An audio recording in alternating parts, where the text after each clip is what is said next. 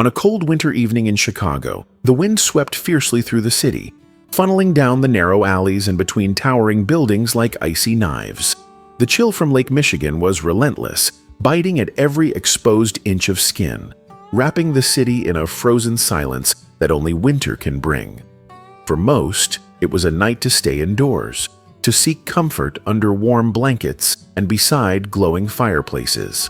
But not for Emma. For Emma, the streets of Chicago had become her battleground, a daily war against the elements, poverty, and hopelessness. Emma, a young woman barely in her 20s, clutched her 1.5-year-old son, Liam, to her chest as she trudged carefully along the slippery sidewalk. Her thin, worn-out coat offered little protection against the cold, and her boots, scuffed with soles that had long lost their grip, made each step a struggle. Liam whimpered softly against her shoulder, his tiny face buried in the crook of her neck, seeking refuge from the wind that tore at them from all sides. Emma tightened her hold, whispering soothing words into his ear, though her voice trembled as much from fear as from cold. In her pocket were her last $40. That was it. No backup plan, no savings account, no family waiting to take them in. Just 40 crumpled dollars and the desperate hope that it would be enough for diapers and baby food. The cafe where she had worked part-time had closed just a week earlier. The owner, an elderly woman who had grown fond of Emma, had hugged her tightly through tears, apologizing for not being able to keep the business running. It had been Emma's only source of income. Their home, if one could call it that, was a crumbling basement apartment in a part of the city most people had forgotten. The walls were cracked, the pipes constantly leaked, and mold crept along the ceiling like a silent invader. The landlady had started making comments about back rent, her tone more threatening with each encounter. Emma avoided her as much as possible, knowing eviction was inevitable. The fluorescent lights of the supermarket were a sharp contrast to the dim, gray streets outside. Emma lingered in the baby aisle, her numb fingers counting out pennies with painstaking care. Each diaper pack seemed to mock her situation, prices rising with every brand she glanced at. She finally chose the cheapest option, though she knew they would leak. It didn't matter, she had to make it work. She added a few jars of baby food and took a deep breath, trying to will herself to be invisible as she made her way to the checkout line. But Emma wasn't invisible. From across the store, a man had been watching. Jonathan Hayes was a man used to silence, not of suffering, but of luxury. A billionaire, an investor, a man of cold numbers and quarterly reports, he had built his empire from nothing but now moved through life with detachment. He hadn't planned to enter the store. His driver had merely stopped for water, but as Jonathan sat in the back seat of his luxury car, his eyes had been drawn to Emma, the young woman bracing herself against the wind, holding her child with such quiet intensity. There was something about her that made him pause. Inside the store, he followed her movements, intrigued. She never looked up, never asked for help. She simply did what she needed to do.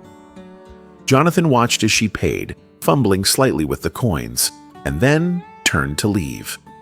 For a moment, he hesitated. Then he instructed his driver to find out who she was and where she lived. Something deep in his gut told him this was a moment he couldn't ignore. The next morning, as Emma reheated a can of soup on a small gas stove in the basement apartment, there was a knock on the door. She startled, heart pounding. Visitors were rare. Opening the door slowly, she was met by a neatly dressed woman with a kind smile and a professional tone. She introduced herself as a representative of Mr. Hayes and handed Emma a letter, a job offer. Not just any job, but a full-time position as a live-in housekeeper at one of Mr. Hayes's private residences in a quiet, upscale suburb. The position came with a fully furnished apartment, free of charge, on the estate grounds. Emma would receive a generous salary, and Liam would have a nanny to care for him while she worked. Medical insurance, food, clothing, even toys, and education for Liam. Everything would be covered. Emma was speechless. She thought it was a mistake, or worse, a scam. But over the next few days, every detail was verified. Everything was real.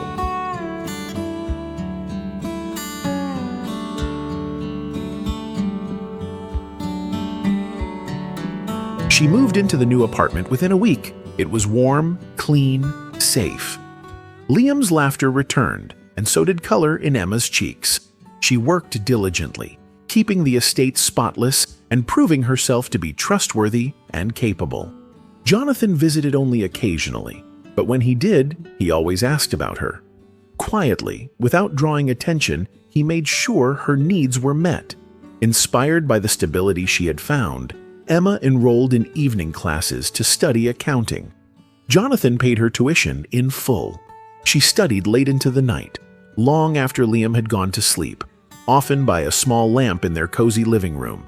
She wanted more than survival. She wanted a future. And slowly, that future began to take shape. 1 year later, Emma was promoted to an administrative assistant position in one of Jonathan's company offices. She wore professional clothes now. She commuted to work. She held her head high. She had become a woman reborn from the ashes of hardship. And Liam? He was thriving, healthy, joyful, and surrounded by love and safety. Emma never forgot that night at the supermarket. She never forgot the feeling of hopelessness, the weight of those $40, the shame of being watched while counting coins. But most of all, she never forgot that someone had seen her, truly seen her, and chosen to act. What an incredible story. If this story moved you, please like the video and subscribe to our channel. So many more powerful stories are waiting to be told. In a world where people often pass each other by, lost in their own struggles and distractions, sometimes the most powerful gift you can offer is simply to see someone, to acknowledge their presence, their pain, and their humanity. For those who feel invisible, overlooked, or forgotten, being seen can mean everything. It costs nothing to care, to notice, to stop for a moment and ask, "Are you okay?" Yet that single act of awareness, of kindness, can ripple through a life in ways you might never imagine. You never know what silent battles someone is fighting, or how close they are to giving up.